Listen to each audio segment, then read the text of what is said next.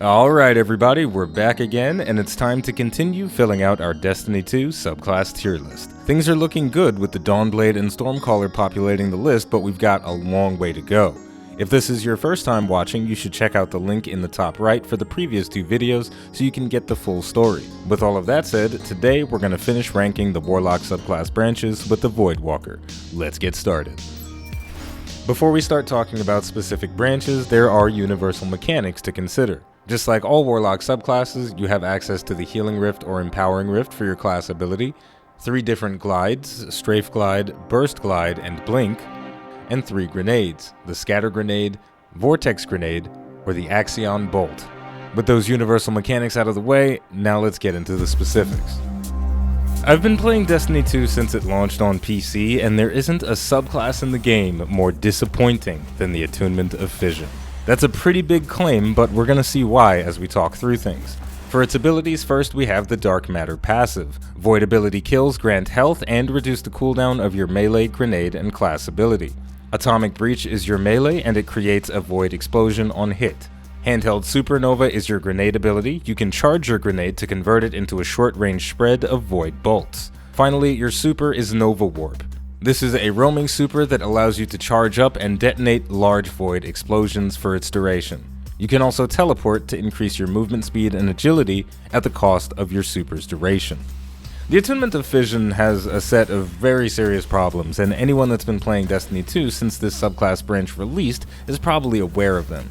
Its abilities in concept are great, but they're all undertuned, so it falls short of excellence. Additionally, poor balancing decisions have left this branch feeling like a poor man's version of the other two Voidwalker branches. Handheld Supernova is meant to be a more accurate version of the standard grenade throw, and in the past, it fulfilled that role very well. It didn't deal as much total damage as the Vortex Grenade, but it was comparable to the Scatter Grenade, but with less randomness. Handheld Supernova used to be flexible. You could slot the Vortex Grenade and use that for slow, large targets, but when the situation needed a burst, quickly charge your Handheld Supernova and let it rip. In a recent patch, it had its charge time significantly increased, which ruined the snappy feel to the ability, which was one of its most redeeming qualities. The devs did that without increasing its damage to compensate, so now, moments where you'd consider trading the total damage of a Vortex Grenade for burst don't exist. This is a huge balancing failure because now the subclass has an ability that doesn't have value in any situation, and it feels bad to use too. Next, I'm sure you already know what I'm going to say about the Atomic Breach melee, but I think this point is important, so I want you to say it with me one more time. Low damage and no utility is bad. What's really interesting about Atomic Breach is, with a little bit of tuning, it would be awesome. The other two Voidwalker melee abilities, which we'll talk about later, provide amazing utility, so their low damage is forgivable. Atomic Breach could have been the high damage, no utility option for the Voidwalker, but instead, it's just another weak Warlock melee. The Nova Warp Super is one of my favorites visually, but it winds up being a different colored version of the Stormcaller Super, and that's not a good thing.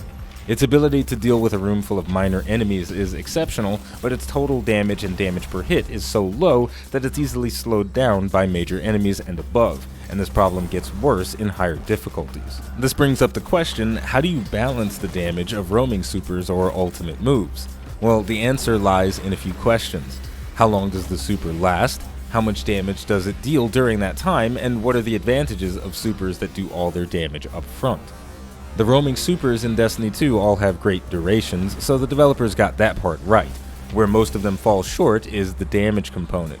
If I'm using an ultimate ability that lasts for a fixed duration, it needs to dish out a lot of total damage, enough to justify my time spent in that mode. In other words, if I use a super and at the end of its duration feel like I didn't gain much more ground than I would have without it, there's a problem. And that's the problem with Nova Warp. Finally, one-off supers deal huge bursts of damage, and in some cases, huge bursts of area damage. The benefit there is you can clear out targets and transition immediately back into your normal gameplay loop where you have access to grenades, melees, class abilities, and crazy exotic weapons. So, to wrap up this point, if a player is going to enter a super state where they no longer have access to their normal tools, the tools they gain in their super state need to be better. For Nova Warp, they aren't. Last up, Dark Matter is a really good passive ability, and it's the only thing that keeps the Attunement of Fission from going into F tier. but it's not enough to save the class from being incredibly far down on our list.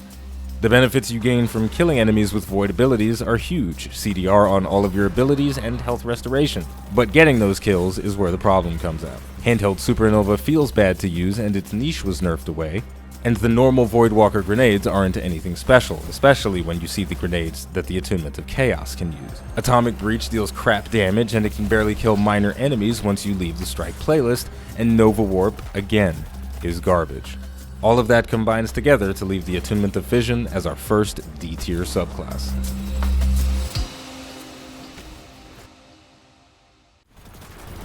Next up, we have the top branch of the Voidwalker, the Attunement of Chaos. For its abilities, first we have Bloom. This passive causes void ability kills to cause enemies to explode. Your melee ability is Entropic Pull. It deals damage to a single target and reduces the cooldown of your grenade on hit. Chaos Accelerant is your grenade ability. It allows you to charge your grenades to improve their effects. And finally, we have the Cataclysm Nova Bomb. It travels slowly and seeks out enemies. When it detonates, it shatters into smaller projectiles that also seek out enemies. At a base level, this subclass branch is everything you want. A powerful super, a way to enhance your grenades, and a melee with an effective utility attached to it. But what makes it a cut above the rest is how it scales with exotic armor. But let's talk about the abilities first. Chaos Accelerant, this is the standard by which all grenade augmenting abilities are judged. Whenever I play this subclass, I refuse to throw uncharged grenades. The increase in effectiveness, especially on the Vortex grenade, is undeniably good and valuable in all situations. For the Vortex grenade, the radius and duration gets increased, which means more damage to more stuff, and that's more good. The melee ability Entropic Pull helps you to get more grenades out with its on-hit effect. I don't have anything bad to say about it. In direct contrast with Dark Matter on the Attunement of Fission, Bloom fits perfectly with the Attunement of Chaos. Chaos Accelerant makes it very easy to secure kills with your grenade, which is a void ability, and what's cool is, although your grenades aren't strong enough to obliterate enemies stronger than majors, densely packed areas will see tougher enemies taking additional hits from collateral damage caused by Bloom explosions, which is great. The super for the Attunement of Chaos, the Cataclysm Nova Bomb, also known as the Slova Bomb, is a well-balanced, effective one-off super. Its damage is incredibly high, so it's great against single targets like champions in the Nightfall Ordeal, but it also has a huge blast radius, so it's versatile. Use it on packs of adds of any kind to make orbs for your team, or burst down the biggest bad guys in any difficulty the game can throw at you. Now it's time to turn our attention back to where we started. I mentioned that the Voidwalker exotics scale incredibly well with the Attunement of Chaos. These exotics are the reason this subclass has found its way into the S tier. The Nezarec Sin exotic helmet is a standard choice for all Warlock branches. Void damage kills grant you a stacking buff that speeds up the cooldown of your offensive abilities, namely your grenade, melee, and super. This exotic is fantastic on the Attunement of Chaos because of the epic area damage you have from Chaos Accelerant Vortex grenades coupled with the Bloom passive.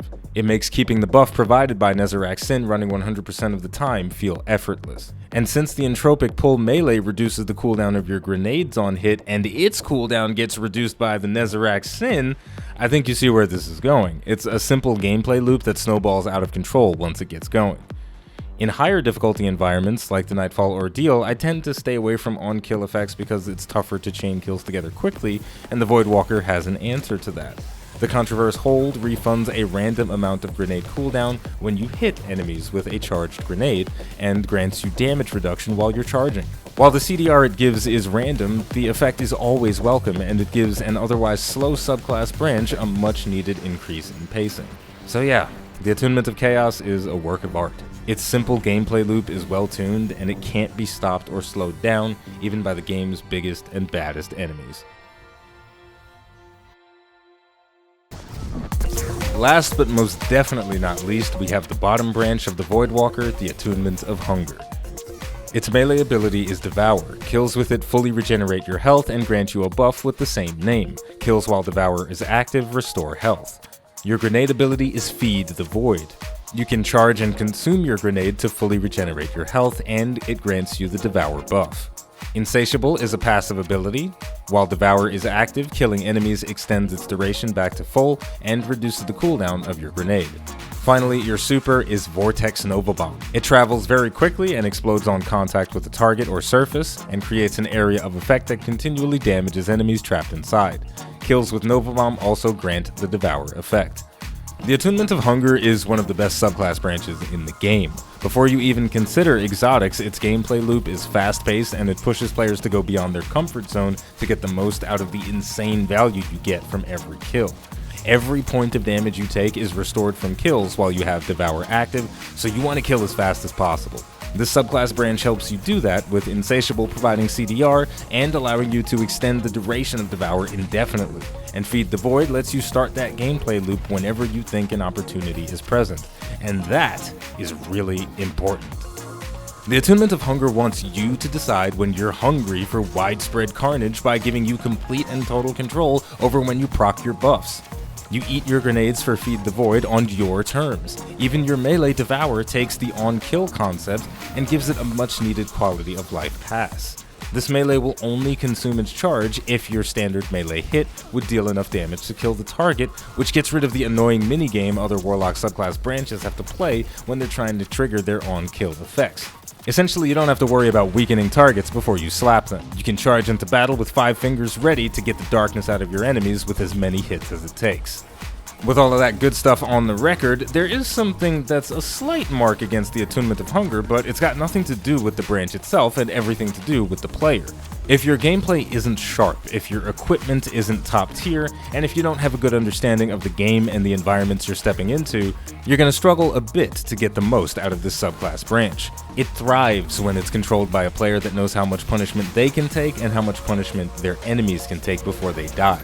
It triggers its buffs and passives more when it kills faster because of its top tier guns and level 10 modded armor, and it stays alive longer when you don't run blindly into a room that has a mini boss with a mini gun in it. So, there's a lot going on with the Attunement of Hunger. Its abilities create a beautiful system, but it takes time to master them because mastery of them also means finding mastery of Destiny 2 overall. There aren't many things that will give this subclass a hard time, but the fact that it works better with better gear is a legitimate mark against it. It's also difficult to chain kills together on major and mini-boss level enemies because they take a lot of punishment before they die, but it's still possible. But those issues aren't so bad that it would cause the Attunement of Hunger to fall anywhere near the bottom of the list. It's just not all the way at the top either. The Attunement of Hunger falls into the A tier.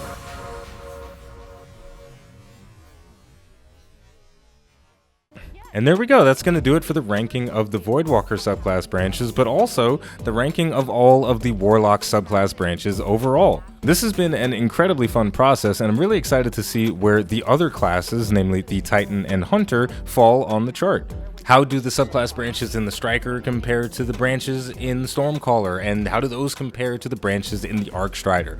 That stuff is going to be really fun to see. Before we close out completely, I want you guys to let me know how you feel about the tiering of the Warlock subclass branches. What are some of your favorites, and are there any subclass branches for the Warlock that you play despite them being not top tier? With all of that said, we are going to wrap things up here, but don't worry, there's plenty more coming in the future. If you'd like to support the channel more than you already do just by watching, liking, subscribing, and commenting, you can head over to patreon.com/iBluairJgR to become a patron. As always, the name of the game is Destiny 2, the name of the channel is iBluairJgR. Thank you for watching, and I'll see you next time.